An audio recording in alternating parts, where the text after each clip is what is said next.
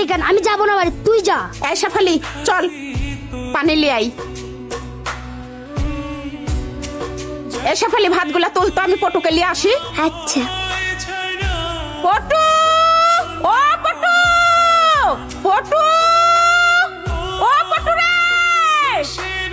ওই আবুল ভাই। কি হয়েছে গো পটুর মা? আমার পটুকে পদ্মাতে খাইয়ে নিয়েছে গো, শিগগিরই আইসো। এই গ্রামবাসী কে কোথায় আছো? এদিকে আসো, পটু খাই নিয়েছে পদ্মাতে।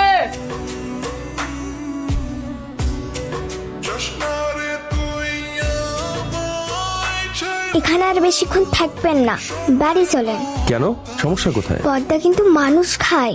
পদ্মা মানুষ খায় মানে? হ্যাঁ স্যার, কদিন আগে এই পদ্মা আমার ছোট ভাইকে গিলা খাইছে। কিভাবে? আমরা ওইখানে খেলছিলাম, আর পটু বালু দিয়া ঘর বানাচ্ছিল। পটুকে? আমার ছোট ভাই স্যার। মা ইসা বলল বাড়ি যাওয়ার লাগে। আমি মায়ের সাথে বাড়ি গেলাম, আর পটু রাগ কইরা থাইকে গেল।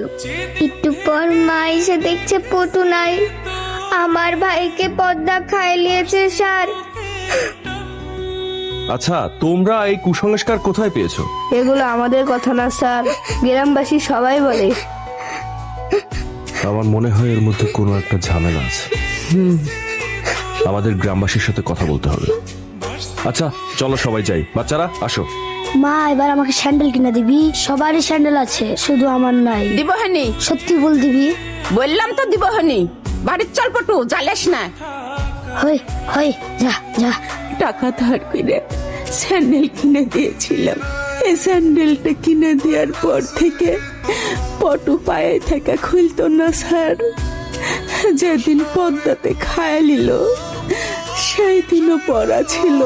পদ্মা অনেকদিন থেকেই মানুষ খায়, অনেকদিন থেকেই এই ঘটনা ঘটে আসছে।